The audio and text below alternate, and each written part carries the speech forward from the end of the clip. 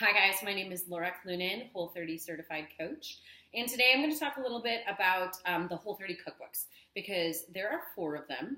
So many clients come to me and say, where do I start? Which one do I get? And I always say, there are pros and cons to each of them. So today I'm just going to talk a little bit about those pros and cons, and hopefully you can make a better decision from there about which cookbook is going to suit your needs. Okay, so the very first one that I always start with is the very first Whole30 cookbook. This is like, everybody has seen this one before.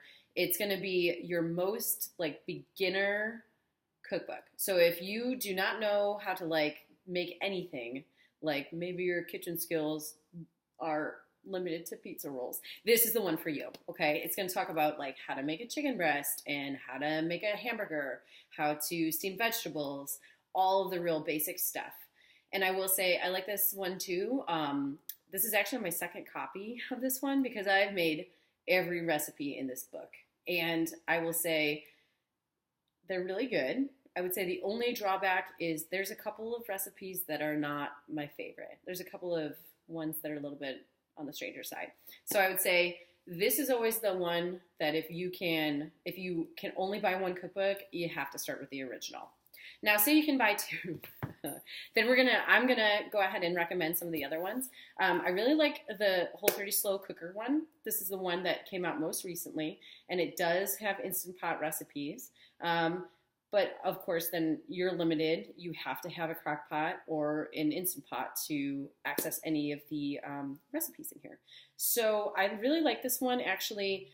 Basically, a lot of times when I do meal prepping, I will grab one recipe out of here because that means I can have something cooking in my crock pot or Instant Pot just working while I'm doing everything else. I don't have to be actively cooking, adding ingredients, doing anything like that because it's already working. So I think that's a really easy time saver, is to include one from the slow cooker book. Speaking of time saving, I love the Fast and Easy. You'll see on my Instagram, I share something from the Fast and Easy book all of the time.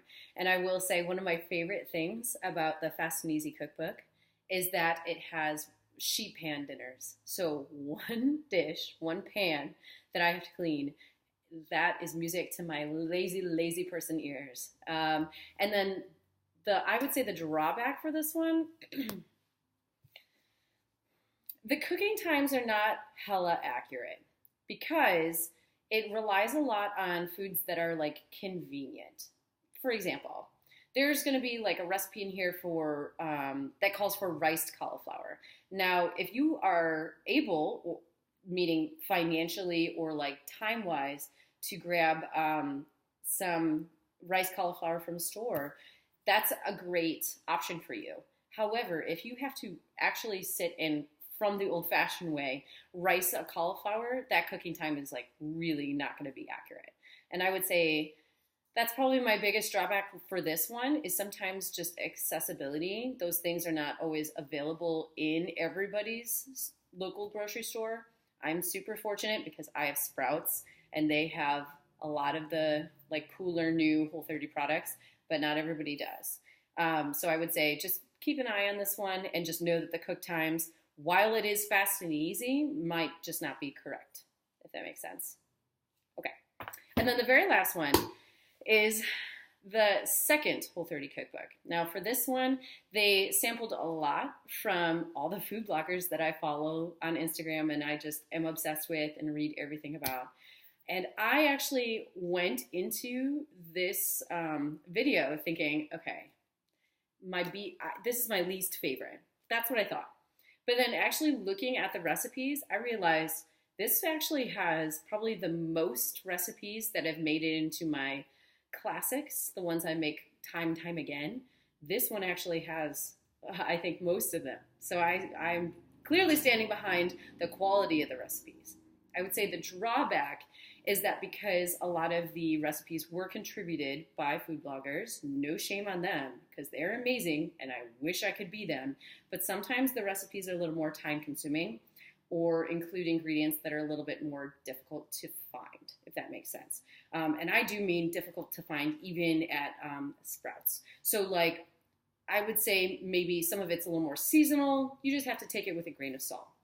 So usually, typically, this is not where I recommend my beginning Whole30ers to go, but it is something I suggest as you move forward with your different rounds or you want to mix it up. This is a really good, like the food in here is really good. I will say, it doesn't matter which cookbook you get. If you're going to actually do a Whole30, you're not just looking for recipes, you have to get the day-by-day journal. This is a game changer. I had done probably 4 or 5 Whole30s before this came out, and then I did one with this, and it was amazing. The amount of reflection that it has you do, the activities, extra credit, it really helps you stay focused the entire time and feel accomplished, which I think is half the battle in compliancy.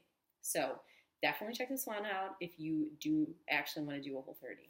But I hope you guys found that helpful. If you did, please share, like this, send it out to your friends. And if you're not, sorry.